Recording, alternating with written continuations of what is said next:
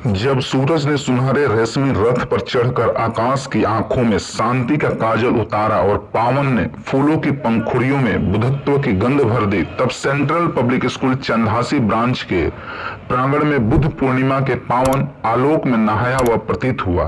इस दिव्य अवसर पर एक सांस्कृतिक सरिता फूटी, जिसकी धारा में धम्मचक्र परिवर्तन पर आधारित एक नाटकीय काव्य गाथा सेंट्रल पब्लिक स्कूल चंदासी के छात्रों के द्वारा प्रवाहित की गई। इस दौरान सेंट्रल पब्लिक स्कूल के सीएमडी डॉक्टर विनय कुमार वर्मा ने कहा कि मंच पर उपस्थित होकर सभी बच्चों ने जीवन दर्शन प्रस्तुत किया जो शिक्षा को आगे बढ़कर संस्कार बना दे, यही सच्ची शिक्षा है। इस दौरान विद्यालय के प्रिंसिपल विदु श्रीवास्तव व अन्य सभी शिक्षक उपस्थित रहे।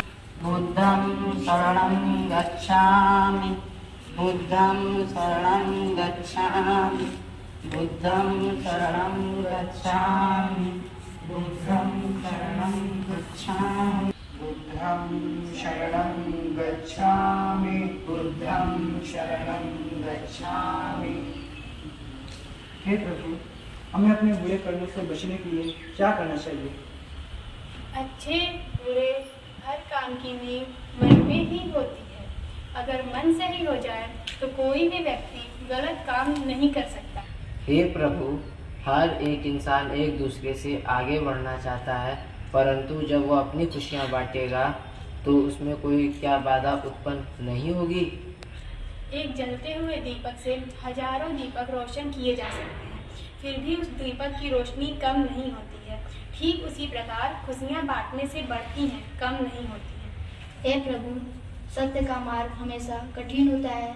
हमें ऐसा क्या करना चाहिए कि सत्य का मार्ग हमें आसान लगे?